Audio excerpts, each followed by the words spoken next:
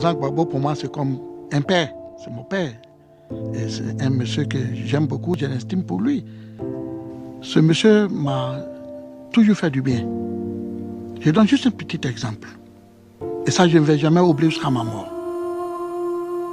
Ici, je vois, il y a des femmes ici, des mères, des dames.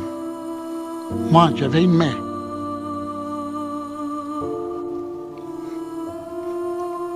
Qui ne se portait pas bien, qui était malade, qui était obèse, elle faisait près de 180 kilos, 190 kilos. J'ai fait un voyage en meeting avec le président de la République à Bundoukou, dans une région du nord-ouest.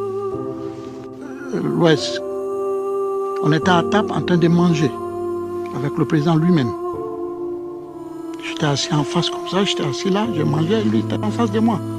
Et il y avait ses conseillers, ses ministres. Lorsque j'ai reçu un coup de téléphone, venait d'Abidjan de mon frère, me disant que ma mère venait d'attaquer une crise, un arrêt cardiaque. Moi, je n'ai rien dit au président.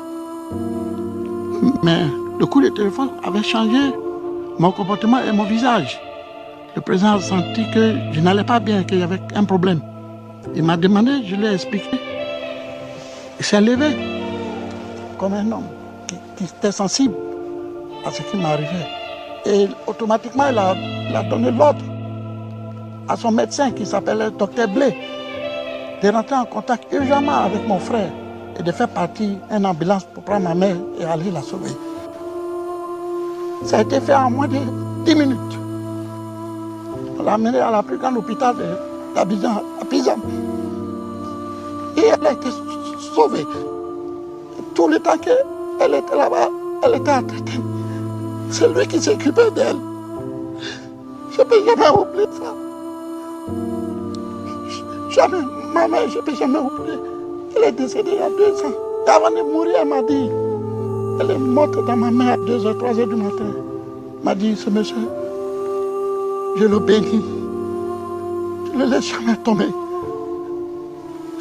Je ne le laisserai jamais tomber. Juste pour ma mère. Jamais. Je vais le laisser tomber. Ce n'est pas un criminel que je veux que tout le monde le sache.